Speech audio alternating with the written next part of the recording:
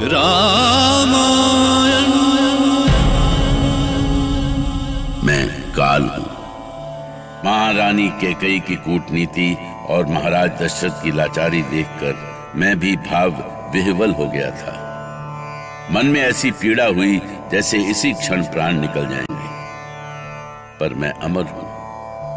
अक्षय पीड़ा सहकर भी जीने के लिए अभिशप्त हूं। श्री राम महाराज दशरथ को अपने प्राणों से भी प्रिय थे, लेकिन वे कैकेयी के हठ के आगे विवश थे। हालांकि कैकेयी जो कुछ कर रही थी वो उसका स्वयं का निर्णय नहीं था, वो तो एक माध्यम मात्र थी। पर इससे क्या होता है, राम के वन जाने के निर्णय से दशरथ टूट गए। वो अभी भी ये प्रार्थना कर रहे थे कि किसी भी तरह ये होनी टल जाए। ये अयोध्या मेरी है कैकेयी, और मैं इसे भरत के हाथ सौंप रहा हूं। क्या तुम्हारे लिए इतना ही बहुत नहीं कि तुम्हारा पुत्र सिंहासन पर बैठ रहा है? नहीं महाराज, भरत केवल मेरा ही पुत्र नहीं है, वो आपका भी पुत्र है। और जहां तक पुत्र राम को वन भेजने की बात है, तो ये निर्णय जीवन भर के लिए नहीं है। बस 14 वर्षों के बाद वो अयोध्या लौट आएंगे। छोटी माँ ठीक ही तो कह रही है पिताश्री। विश्वास कीजिए, 14 वर्ष का ये समय कब बीत जाएगा ना मुझे पता चलेगा और ना आपको। और तब हम एक बार फिर से साथ होंगे, और मैं एक बार फिर से आपकी चरण धूलि ले सकूंगा। पिताश्री, अब आप अपने मन के सारे दुख त्याग दीजिए और मुझे प्रसन्न मन से वन के लिए विदा कीजिए। नहीं राम, नहीं नहीं नहीं। श्री राम का राज्याभिषेक न होने की सूचना सारी अयोध्या में जंगल की आग की तरह फैल गई। कैसा दृश्य था वो। सारी प्रजा अपने गृहों से निकलकर मार्ग पर उतर आई। राज्याभिषेक में आए अतिथि राम की जय जयकार करते हुए महारानी कैकेयी के महल की ओर बढ़ने लगे। युवराज श्री राम की, अयोध्या नरेश महाराज दशरथ की। प्रजा के आक्रोश से महारानी भयभीत हो गई, पर उन्हें प्रजा को उत्तर तो देना ही था। हमें उत्तर चाहिए महारानी। हमें उत्तर चाहिए हमें। आप मौन क्यों हैं? आप मौन क्यों है महारानी? आप मौन क्यों है? अब क्या होगा मंत्रा? लगता है अयोध्या की सारी प्रजा इधर ही चली आ रही है। मुझे बहुत डर लग रहा है। मंत्रा, मुझे कुछ समझ में नहीं आ रहा कि इनके प्रश्नों का मैं क्या उत्तर दूं। अरे तुम चिंता मत करो कैकेयी, ये मंथरा का मंत्र है, कभी खाली नहीं जाएगा। पर कहीं ऐसा तो नहीं कि ये सब राजनीति के दांव पेच हों? हो सकता है ना? मुझे तो लगता है रानी कि सिंहासन के लालच में राम ही ने अयोध्या की प्रजा को भड़काया है। हाँ, झूठ कहूं तो पाप लागे।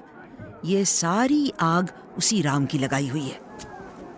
वो दिखने में जितना भोला लगता है ना, उतना ही विष भरा हुआ है उसमें। कुछ भी हो मंत्रा, प्रजा आक्रोश में है। ये आक्रोश कहीं कोई अनर्थ न कर दे। इसमें तुम्हारा क्या दोष है कैकेयी? ये निर्णय तो महाराज दशरथ ने लिया है ना? लेकिन महाराज से पूछने कौन जाएगा? लोग तो मुझे ही दोष देंगे ना। अरे ऐसे कैसे दोष देंगे तुम्हें? तुम साफ साफ बोल देना, जो कुछ भी हुआ है उसके कारण केवल महाराज हैं। जिनको कुछ पूछना है उनसे जाके पूछ ले।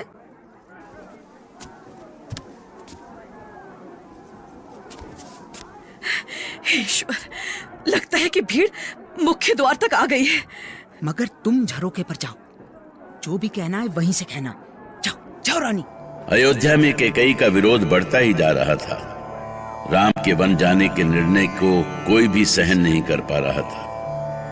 राम सबके प्रिय थे, जन जन के नायक थे। उधर दशरथ का स्वास्थ्य बिगड़ता जा रहा था। ऐसा लगता था जैसे किसी भी पल कुछ भी हो सकता है। पिताश्री, क्या हुआ पिताश्री? सुमंत कहाँ है पुत्र? मैं यही हूं महाराज। वैद्य जी आ रहे हैं। आपको कुछ नहीं होगा। वैद्य जी आपको कुछ नहीं होने देंगे। प्रजा का ध्यान रखना सुमंत। जी महाराज। आप विश्राम करें पिताश्री। अयोध्या की प्रजा इतनी भोली नहीं है, वो सब कुछ समझती है पिताश्री। वो समझती है कि ये सब आपकी विवशता है। नहीं राम, हम प्रजा की भावनाएं जानते हैं।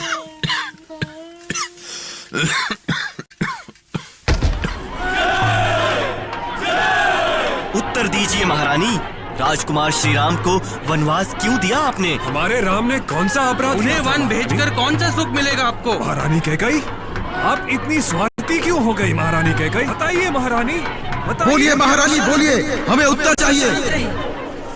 यदि राजाज्ञा में आप लोग विश्वास करते हैं तो हमसे कोई भी प्रश्न न करें। प्रश्न करना है तो महाराज से करें, क्योंकि राजाज्ञा महाराज की है। ये सच नहीं है महारानी, ये राज आज्ञा नहीं है। महाराज दशरथ ऐसी आज्ञा कभी नहीं दे सकते। वो श्री राम को वन कभी नहीं भेज सकते। मैंने कहा ना, महाराज को छोड़कर कोई दूसरा ऐसा निर्णय नहीं ले सकता। इतने बड़े निर्णय का अधिकार केवल अयोध्यापति को ही है। यदि किसी के मन में कोई आशंका हो तो वो सीधा महाराज से बात करे। तो ठीक है महारानी, यदि ये राज आज्ञा है तो प्रजा का भी एक आग्रह है।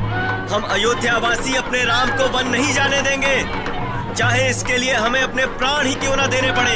हाँ, हम श्री राम को वन नहीं जाने देंगे, नहीं जाने देंगे, नहीं जाने देंगे, नहीं जाने देंगे। चाहे हमें अपने प्राणों की बलि ही क्यों न देनी पड़े। श्री राम की, श्री राम की, महाराज दशरथ की, महाराज दशरथ की।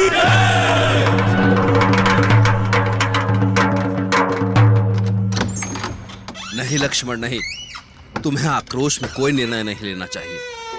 यदि महाराज ने निर्णय लिया है तो अवश्य ही उसके पीछे कोई कारण होगा। नहीं गुरुदेव, ऐसा कभी नहीं हो सकता, कभी नहीं। छोटी माँ ने पिताजी को विवश किया है और उन्हें इसका दंड भुगतना होगा। रुक जाओ लक्ष्मण, तुम ऐसा कुछ नहीं करोगे। समझने की कोशिश करो, हर विवशता का कोई कारण होता है, नहीं तो महाराज महारानी की बात ही क्यों सुनते। नहीं गुरुदेव, अब मैं कुछ नहीं सुनूंगा। चाहे कुछ भी हो, मैं ये अनर्थ नहीं होने दूंगा। छोटी माँ को ये निर्णय बदलना होगा। लक्ष्मण, ठहरो लक्ष्मण। आज मुझे मत रोकिए भैया। आज या तो माँ को ये निर्णय बदलना होगा या फिर वो इसका परिणाम भुगतेंगी। उनका किया हुआ अनर्थ आज उन पर ही बिजली बनकर गिरेगा। ये तुम्हें क्या हो गया लक्ष्मण? मेरा विश्वास करो, ये अनर्थ नहीं है। ये जो कुछ भी हुआ है शुभ के लिए हुआ है। ईश्वर की इच्छा भी यही है। मुझे बहलाने की कोशिश मत कीजिए भैया। यदि ये शुभ है तो अशुभ क्या होता है? इससे बड़ी और कौन सी पीड़ा हो सकती थी मेरे लिए, आपके लिए, पिताजी के लिए? और इससे बड़ा कौन सा अधर्म कर सकती थी माँ? ईश्वर के लिए ऐसा मत कहो लक्ष्मण, ये पाप है। अधर्म को अधर्म कहना पाप नहीं है भैया, अधर्म को सहना पाप है। और लक्ष्मण ये अधर्म कभी नहीं सहेगा। राम समझ नहीं पा रहे थे कि वो लक्ष्मण को कैसे समझाएं, कैकेयी के महल की ओर उठते हुए उसके पैरों को कैसे रोकें। वो लक्ष्मण कुछ भी सुनने को तैयार नहीं थे। उनका क्रोध ऐसी आंधी की तरह बढ़ रहा था जैसे वो सब कुछ बहा कर ले जाएगा, जैसे आज उन्हें कोई धर्म, कोई मर्यादा नहीं रोक सकेगी। राम